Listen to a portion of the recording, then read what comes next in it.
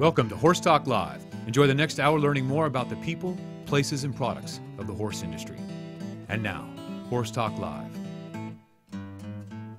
Howdy, horse lovers. Thanks for coming to join us for Horse Talk Live on Rural TV. I'm Lizzie Iwerson, and I'm really excited today to introduce to you a man I am happy to call a friend, Al Dunning. He's been on the road competing for the last couple of weeks and has made a stop here in Nashville to be a part of our show today, and I'm tickled about it. Al, thanks for being our guest. Just to see you, Lizzie, okay? I love it. I mean, I'm very, very flattered. Al, you have been a presence or had a presence in the show pen for 50 straight years. AQHA, NRHA, NCHA, NRCHA, you name it, you've been there. I look so young. You know I know. what I mean? I can't. You must have just been a baby when I started when I was 12 years old, and I showed in those days open shows was the thing. Okay. You know, and then later I got into the AQHA and got to showing that, and I just you know, I've gone with the flow. You know, whatever horses I had, I showed in that event. Okay. And then I got to a point in my career where I wanted to show cutting horses because the icons that I really enjoyed, Don Dodge and Shorty Freeman and Matlock Rose and Buster Welch and those guys had cut, and I thought, man, I don't want to miss that part of my career. So I learned how to train cutting horses and started doing that. But it's not just been cutting horses. It's been reining horses and even some barrel horses along the way. Well, I've done about it all, you know. I mean, you know, so when I first started, I showed in the youth. I showed all around horses, and I really enjoyed that a lot. So I did halter and Western pleasure and Western riding, and I rode English and jumped, and, you know, I did just about every event. And then when I started as a professional, reining was my thing. And to make a living, I did whatever I could do, and the kids were a big deal. So I had kids that did the all-around, and we won the all-around at the Congress, and we, you know, which was the All-American Quarter Horse Congress and such, and so we did all that, and then when they grew up, I started doing the adults, you know, the parents, and stuff, and then so I had a lot of amateurs that were able to afford me to have some really good horses that I could show and they could show too. Well, it's so you've kind had of evolved like that. And it still sounds like it's still evolving. Yeah, it is. Yeah, it's still really good. And now my focus is cutting. Okay. But I still train a few reiners, and I train a couple cow horses. And I had a youth cow horse girl that won 2 world championships last year, Chance Stewart, and I was really proud of her. And so I keep my hand in all that, and I still judge. So what is it about horses that you love so much? You know, I guess it's the individuality, it's the challenge, it's a lot of things. You know that old Will Rogers saying, "The outside of the horse is good for the inside of a man." You know, it's definitely true, and for women too. So, thank you for including me. Yeah. So, you know, it's interesting because I've always looked. And you know, my wife said it's like an addiction that you always wake up waiting for that next great horse, that next great win, the next great adventure. And I've met so many cool people. I've traveled all over the world, and I've done so many cool things just because of the horse. And these days, you're maintaining your role in the competitive arena, also helping folks that want to get started in the cutting with the use of technology and your website. So tell us what you have going these days. Well, I guess let's backtrack and find out where you've been before you came here and what you're up to. We took what we call our Gulf swing or Southern swing, and I showed in California, and then we came back to Arizona for a couple days and reloaded, and then we came to Batesville, Mississippi, Canton, Mississippi, West Monroe, Louisiana, and then I flew here to do this. So, and then I go from here direct to California to show again. So I'm hauling some horses for the world in the NCHA, trying to win another NCHA title. And anyway, it's really good. So far, so good. Yeah, tell us about the horses. Well, I'm showing a really good little mare named Lena Razak by Dual Ray, and I'm second in the world right now, and she's leading for the world champion mare in that division in the 3,000 novice class. And you know, she's wicked cool, and she's got a real quick move, and really fun to show. And then I have a horse named ML Pepto Cat in the 10,000 novice horse class. Okay. And like we said, novice is precipitated by that they haven't won that amount of money before the year starts. Okay. And I think he's about 5th in the world right now and leading world champion gelding. And then I have a horse that's 10th in the Open of the world, and then I have some clients that are in the top 15 also. So we've had a good year so far. And then I won the NCHA Western Nationals on Zac and Blue, and I had the highest score with the 225 of the whole event. So that was really cool. So anyway, right. we're doing good. Okay, so you're going to keep on showing, and then somehow balance all the help that you're doing with your students with the website. So tell us about Team AD and AD International and all that you have going on. Well, a few years ago, a friend of mine came up with an idea to start an online training program. And, it's kind of been done before in different events and such, but I wanted mine to be unique. So we came up with a name, teamadinternational.com. And you can sign up anywhere in the world. And we have several different facets of it. Like you can send in a video for video coaching. Okay. You just riding your horse, just doing your thing. And I can just say, well, Lizzie, you could do this different and that different. Right. And you could frame this horse. You could use a different piece of equipment here and there. And, you could sit up better. And, I explain the whole thing to you right there. Great. Another part of it is that there's a whole bunch of videos archived on there. So any member can go to those videos. Let's say you're having trouble with your stops or your turns or your lead changes or lead departures. You can go to any one of those little videos and, help you right there with a short little video, and then go out and ride your horse. Wow. One of the major parts of it is an accreditation part. So you can become a kind of an Al Dunning accredited rider by going through what we call the skill assessments. And that's a lot of fun because there's like 53 or 4 skill assessments in there, and you go through it and you watch them, and then you go out and do them, send me the video. And then I say, pass you or fail you, and tell you why. And then you go through all 54, and then you come spend a period of time at the ranch, and then you can become an accredited trainer and be on our website and get a buckle and the whole thing. So wow, that is pretty special. Well, let's give folks a little bit of an idea, some more about AD International in this video.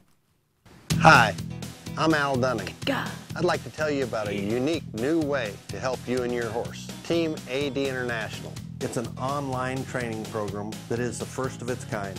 There's nothing better for a rider than to learn firsthand from a reputable trainer, but that's not always possible. That's why I created Team AD International, an online training community for all your horse needs.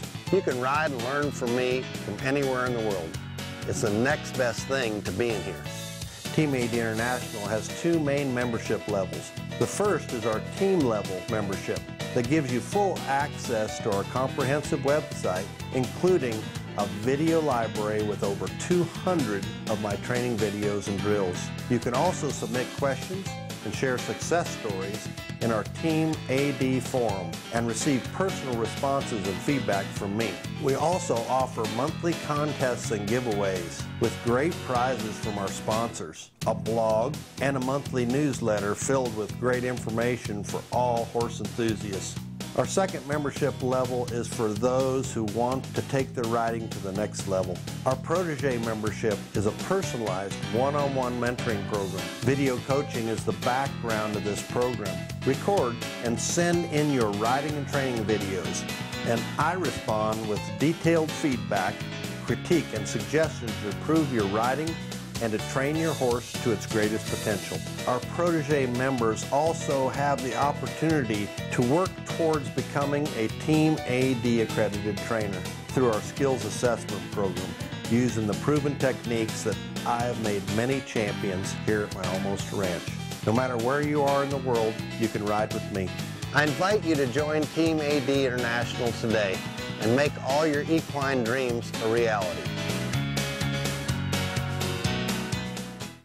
Well, Al, I don't know how you're doing it all, being gone so much, trying to win some more world titles. It should be Team ADD, shouldn't it? As much as I go, you know. Golly.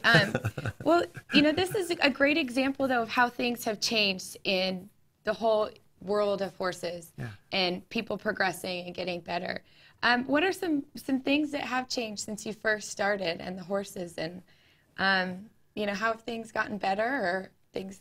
Sure. You know, I mean, I guess when I was young, I grew up focusing, wanting to win, you know, and wanting to be a champion in something. You know, I mean, I don't know why we get that in us, but Yeah. I mean, that was my deal. And so I think to validate all this other stuff that I do, I had to be a winner first, you know. So I won several world championships. I think I've had 35 or 36 reserve and world championships now combined, and hopefully this year a couple more. So, Yeah.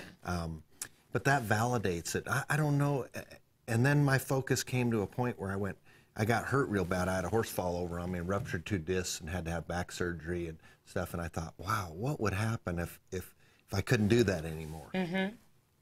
I want to stay in the horse industry. I could judge a little, you know, Yeah. but I wanted to do more. So I started this, and I did videos, and I wrote that reining book with Western Horseman magazine that sold almost like 500,000 copies now.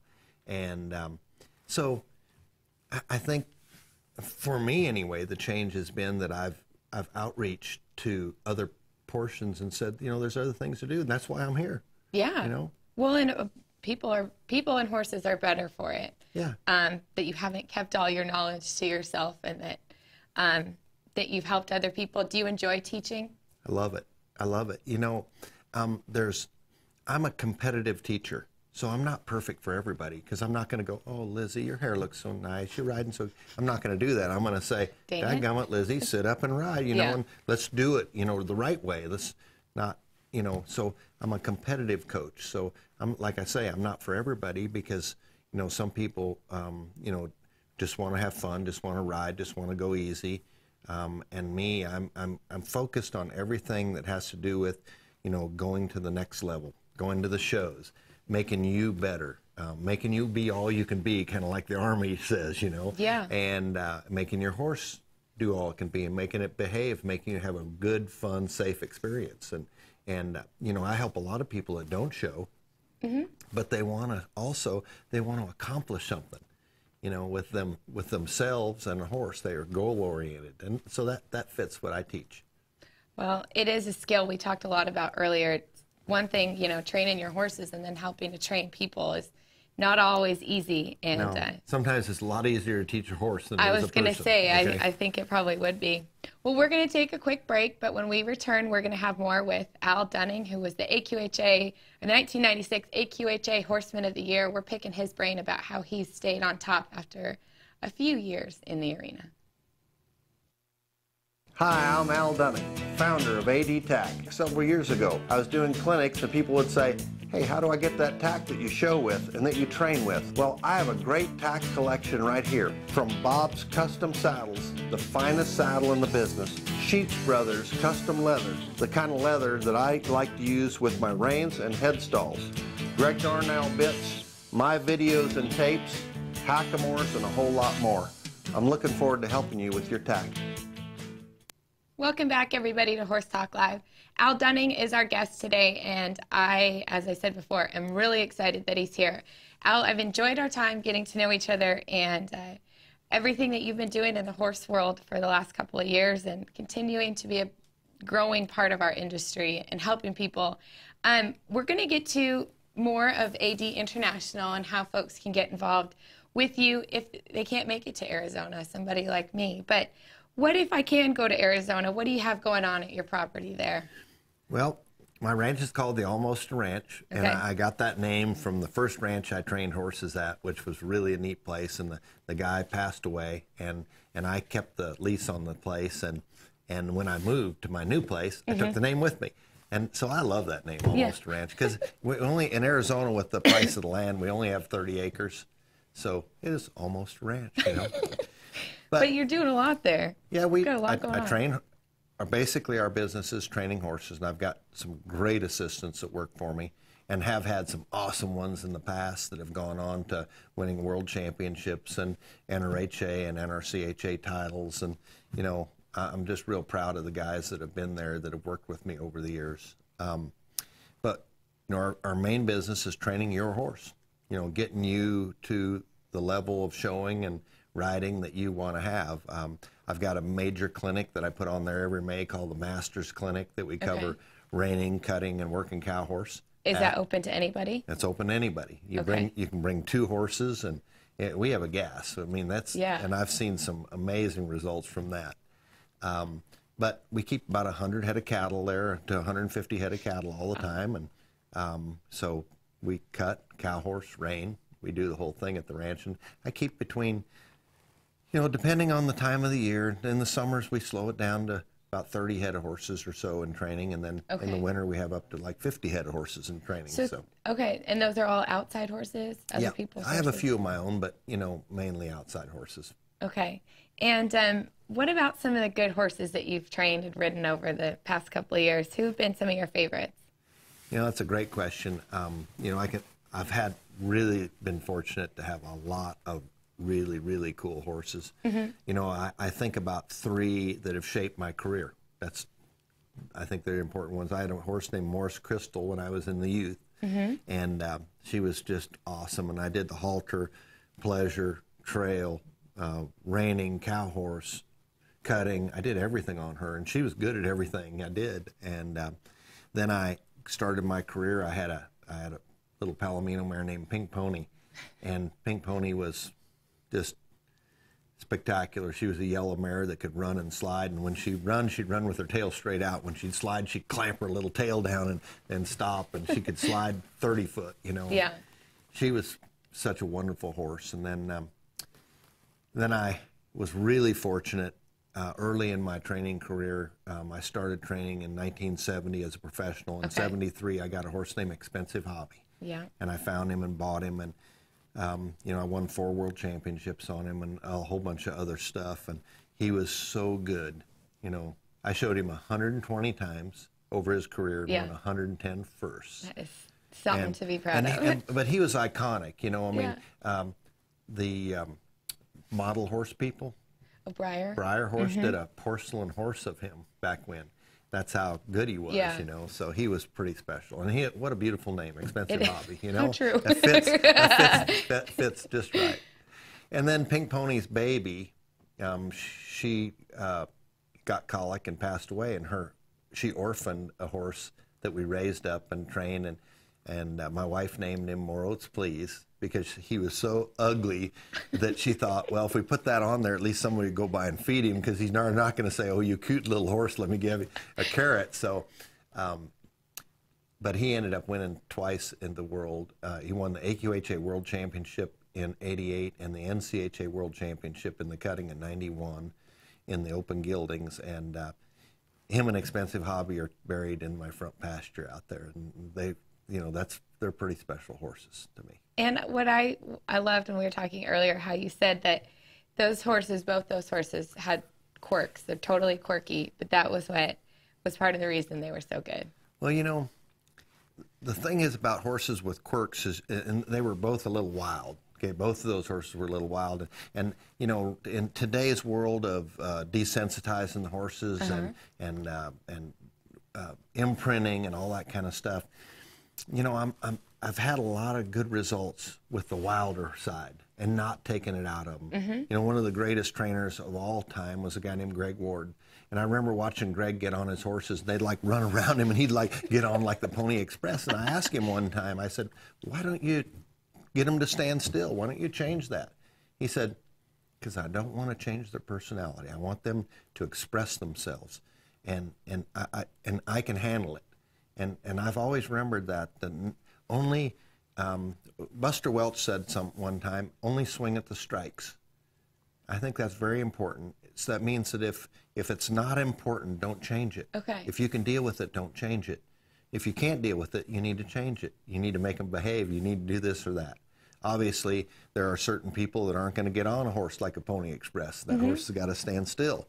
But, for Greg, his idea was, don't take away their personality. Keep that expressiveness in.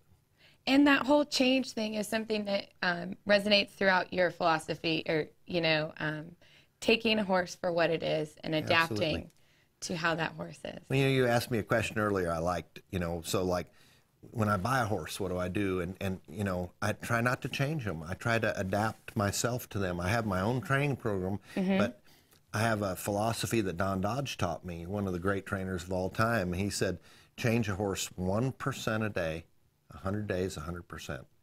And not try to change them drastically over a short period of time where that horse is you're gonna, you know, really break them down, or you're gonna change them, you're gonna, you know, but you want a horse to be themselves. You want them to be fast and quick and sharp, and, you know, that's that little expressiveness. Sometimes you can take that out of them by getting them too gentle.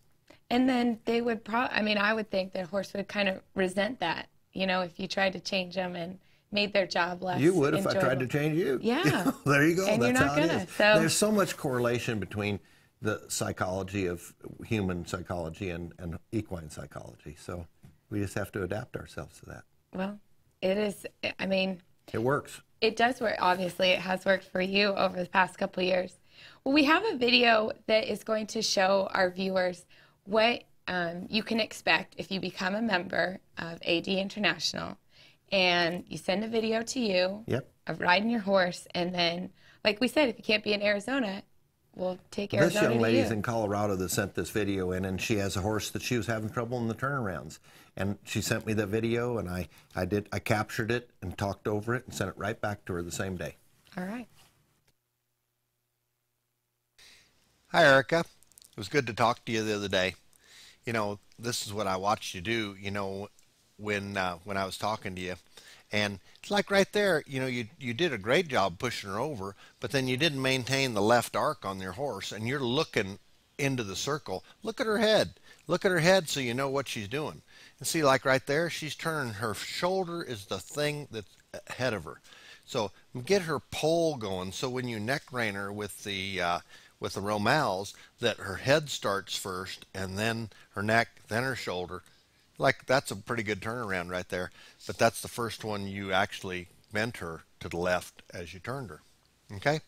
And you don't have to turn her around this way all the time, so you can just touch her on the neck, ask her to turn, and then correct her softly to the inside.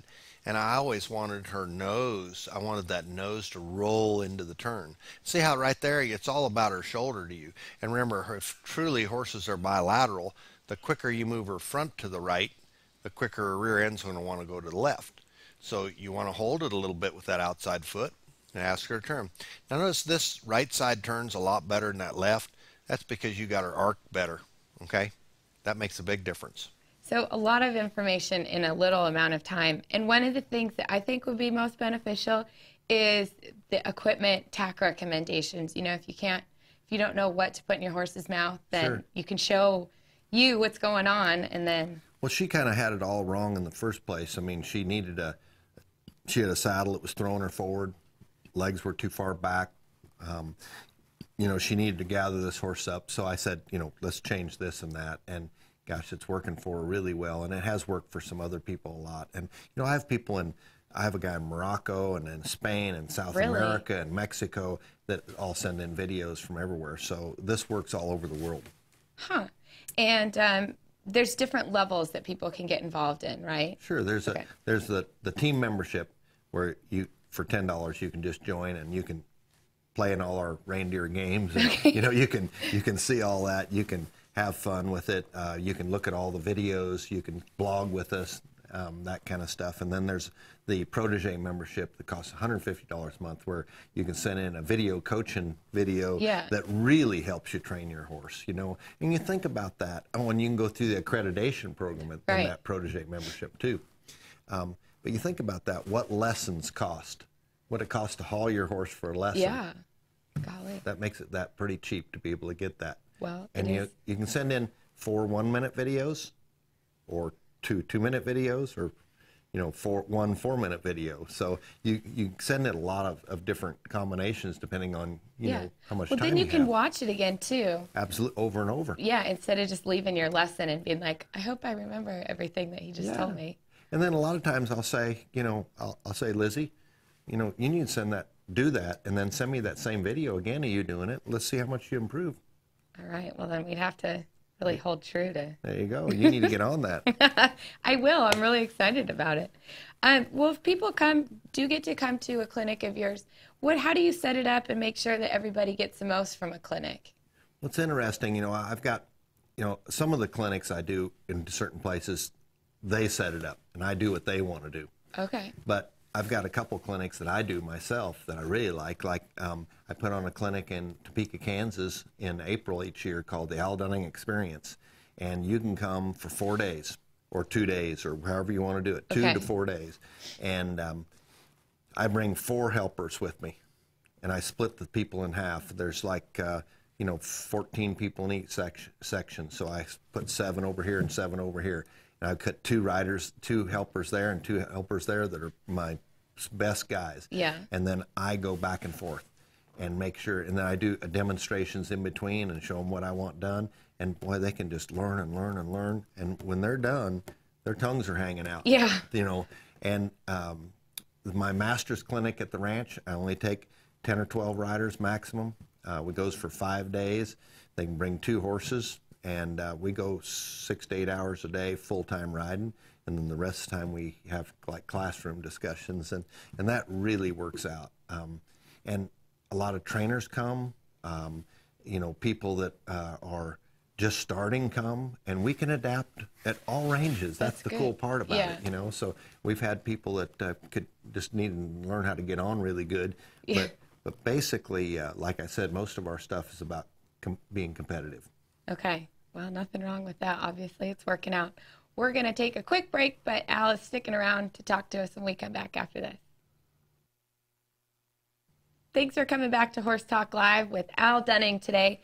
Al, you've been on the road. You made it to Nashville, and we're joking around that what we're going to do is just talk horses today. And you have had so many great experiences with horses and become so smart and reasonable when it comes to the way to get the most done, which sometimes is taking a slower route.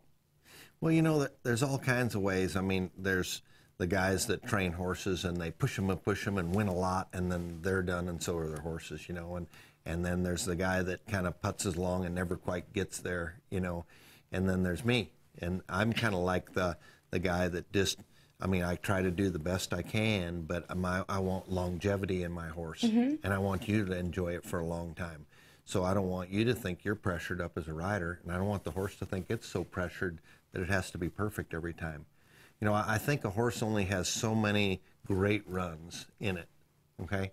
So we have to decide, when we want to produce those great runs. We want those to happen at the World Championship show or at the big shows. Yeah. And it doesn't always work, but there's always another show.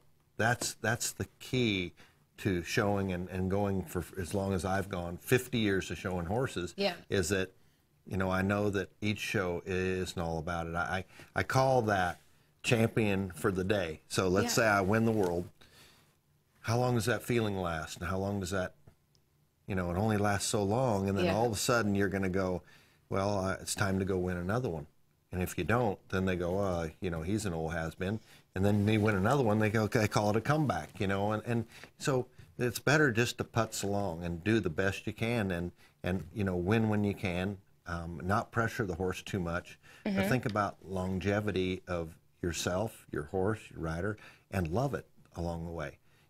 It's such a cliche about it being the journey, but it really is. That's why I'm here. This is part of my journey, to be here and do this and do these other things that I do, because like I say, I get a little bored, so that's why I rope on my horses a little bit, and that's why I trail ride on them a little bit, and that's why I, do other things with them. And I'm not a clinician, but I do clinics, okay? And I think of myself as a showman that does clinics.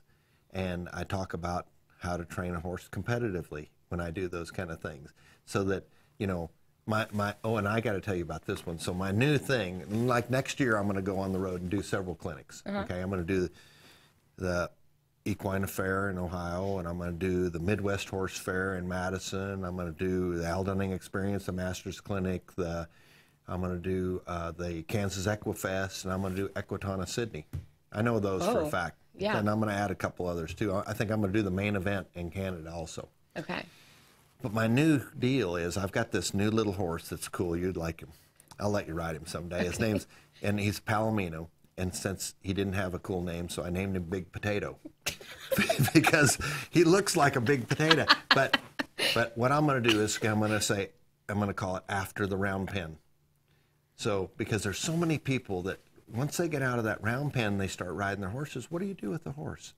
So my thing is after the round pen to get goal oriented with your horse. Okay. And then what to do and start going through the stages of the training that I do, the snaffle bit stages, the hackamore stages, yes, and things like that. So and then putting the horse in the bridle, and then finding its road. Whether it's cutting, reining, cow horse, whatever it might be. So that's going to be my new deal. All right. Well, just more work for you, Yeah, and we get to benefit from it. Well, it's not work. Well, that's good. It's only work if you don't love it. There you go. And Right. we get to work around horses, so thankfully. And horse people, all the people we get to meet is one of my favorite parts about my job, obviously. There you go. Well, what about working with these young horses? A lot of people get them started so young these days. How do you maintain that longevity and keep their mind sound? Is it all the extracurricular activities that you do with them? Or? I think so. We try to diversify with the horse. I think if all you do is drill it, you pretty much, they get pretty sour. They'll get pin-eared and ringtail. And I'm into attitude on my horses. I'm into expression. And that's why I don't like to use that word, I break them. I like to use the word, I train them, Okay. because I want my horses to be happy and expressive. And, so there's a fine line there because, I believe in spare the rod, spoil the child, you know what I mean? So if they need a licking, they're going to get a licking. But if I can do it without that, I think I keep them a little brighter, a little more, going the right direction. I think it's one day at a time with that horse. And I don't think you need to have major breakthroughs each day. And I think every once in a while you need to ride them out into the desert or out on the trail. And you need to give them out of the arena. And some days you need to turn them out, let them just eat green grass and things like that. All the things you can do to make them, be a horse. And when you do go ride out and do something different, are you leaving them alone completely? And there's sometimes, but I'm pretty much a horse trainer, you know what I mean? I'll get them out there in a different venue, and I'll ride them around the bushes and the cactuses and that kind of stuff. But I'll just work on little things. I think what happens with the guys that I have the most trouble helping, I believe you train a horse like the alphabet, A, B, C, D, E, F, G, blah, blah, blah, okay? And I think what they do wrong is they go A, B, M, Q. Yeah. They skip parts. So when I'm out riding them, I make sure I don't skip those little bitty parts. I make sure they give to that bridle right. I think make sure they listen to my legs right. I think I try to have some kind of a connection with them in some respect or another when I'm riding them like that. Okay. And those end up being the best horses. Just that respond to those That little... respond to the little things, Okay.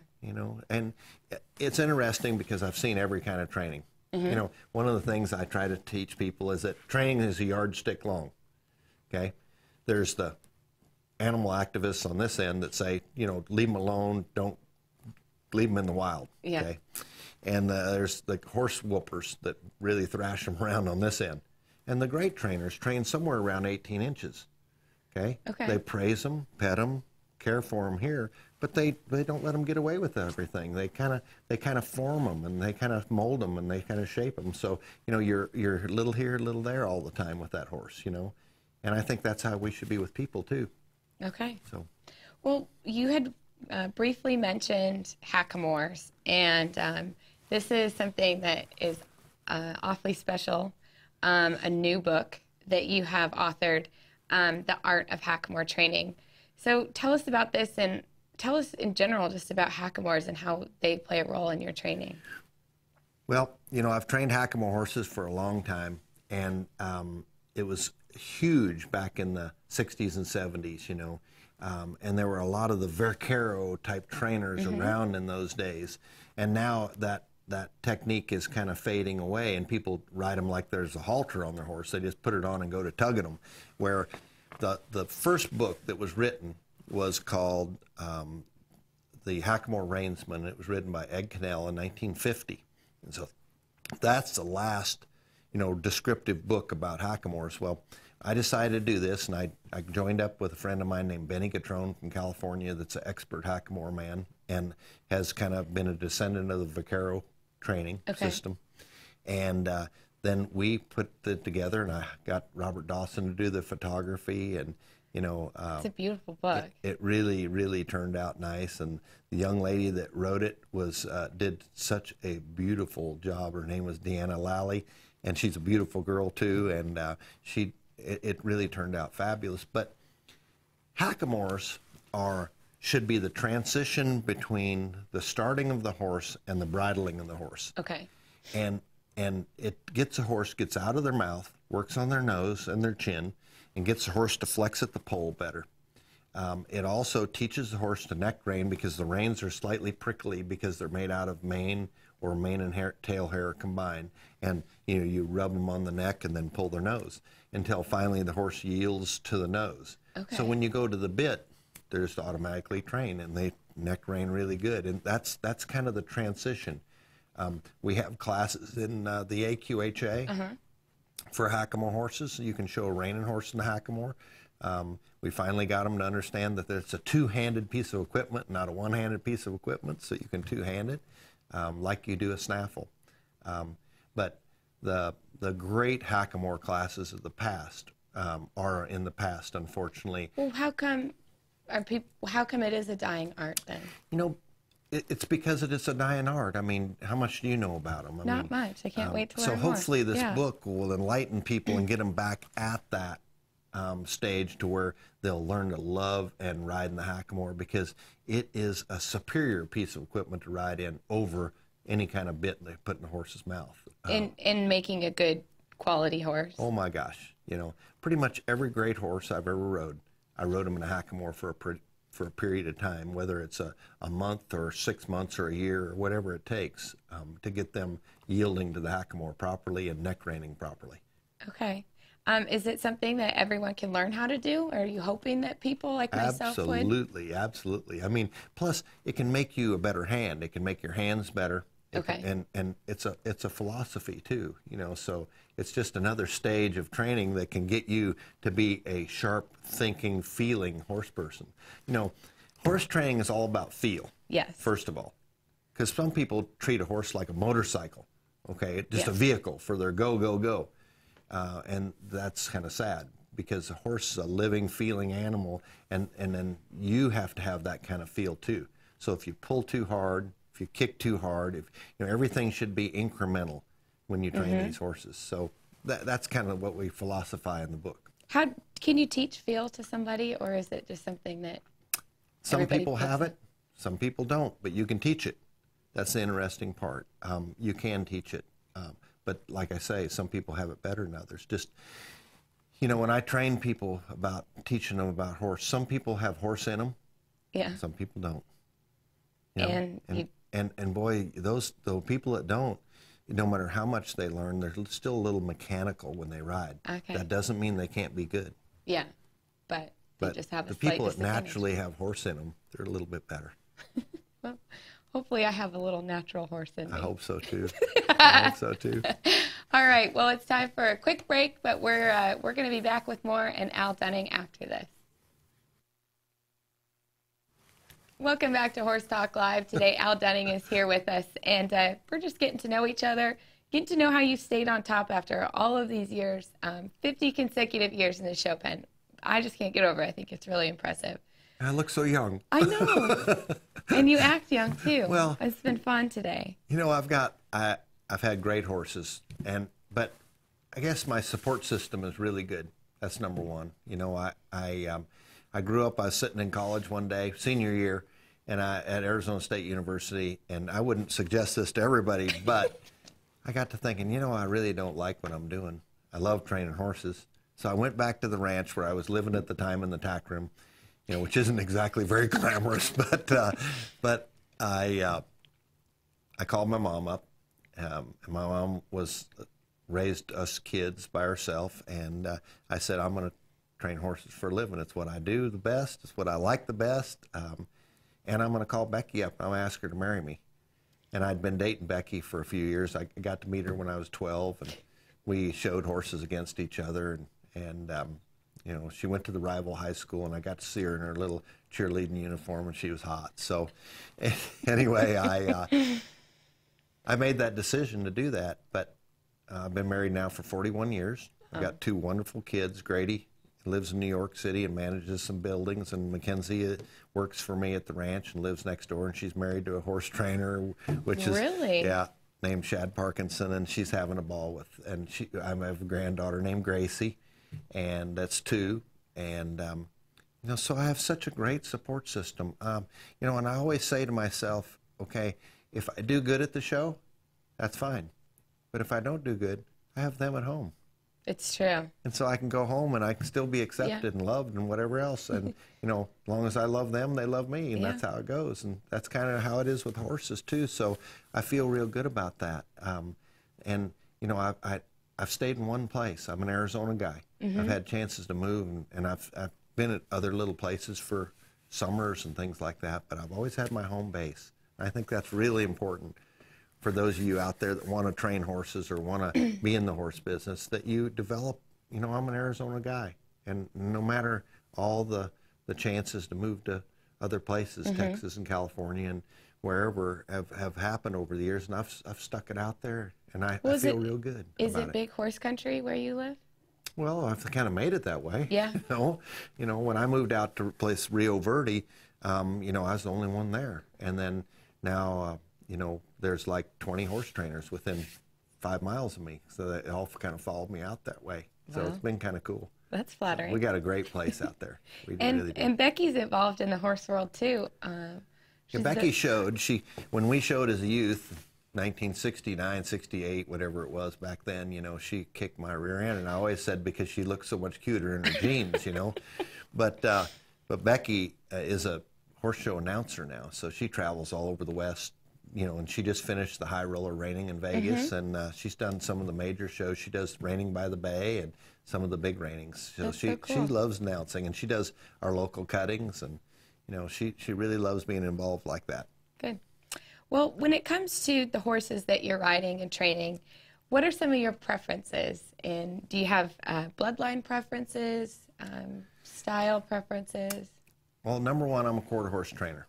After all these years, I've trained Arabs and paints and everything else, and I've pretty much narrowed it down to the quarter horse does what I want them to do, you know, the right ones, you know. So for the events that I do, they're the dominant horses.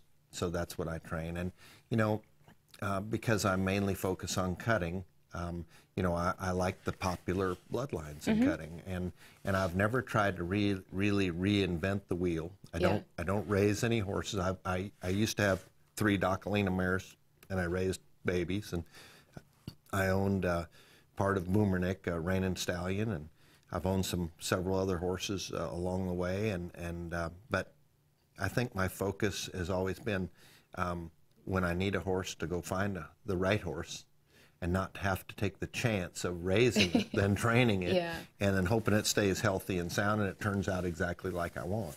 So I let other people take those risks, and then I try to go buy the horses that I think will fit whatever event it may be, whether it's the reining or whatever. And I try to stick with the top bloodlines, the top 10 bloodlines, the top 10 horses that are winning the most. You know, and I don't try to prove anything.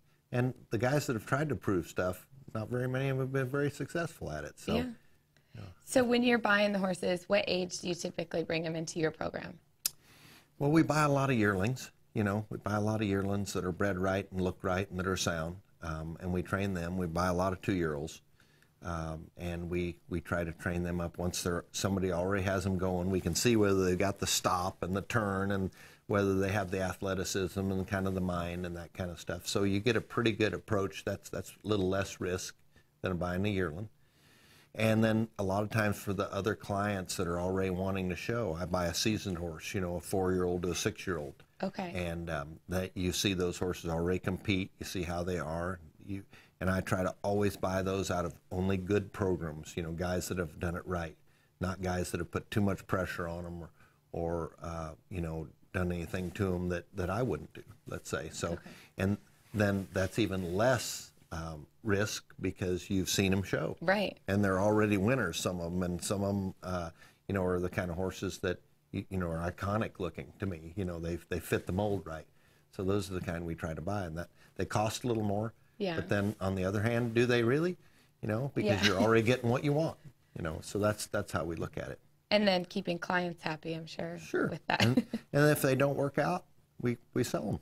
We don't try to, you know, keep doing the same thing over and over expecting a different result. There you know, go. we try to do the best we possibly can, but this sport is about enjoying it. Right. And I think people lose track of that, you know. And it's about us enjoying it, and it's also about your horse enjoying it too. Well, and which always isn't always easy, making sure that your horse stays happy. But Yeah, but we work at that. I mean, you look at the stuff, you know, we have so many things that we do today. We have a vet that looks at them more often than when I was a kid. We just showed them. We didn't know if they were lame or not lame, you know. And then, but now we have all these things, and we have all these new products, and you know, that keep horses joint healthy, and you know, all these other things that we do that are pretty cool, you know, and those are all, you know, things that have come up fairly recently. So things have changed a lot since I started. well, how does one stay so successful in this business that is known for not being very lucrative? You know, being a horse trainer, you're typically not going to be a millionaire training right. horses. So how have you stayed in business and been successful? You know, you mentioned that, and so I rode with a guy back when that I thought was really good, and that guy, I remember he worked really hard. He never had a lot, and he passed away and living in the front of his horse trailer.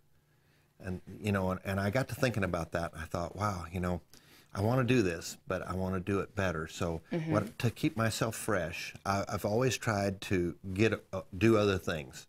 Okay.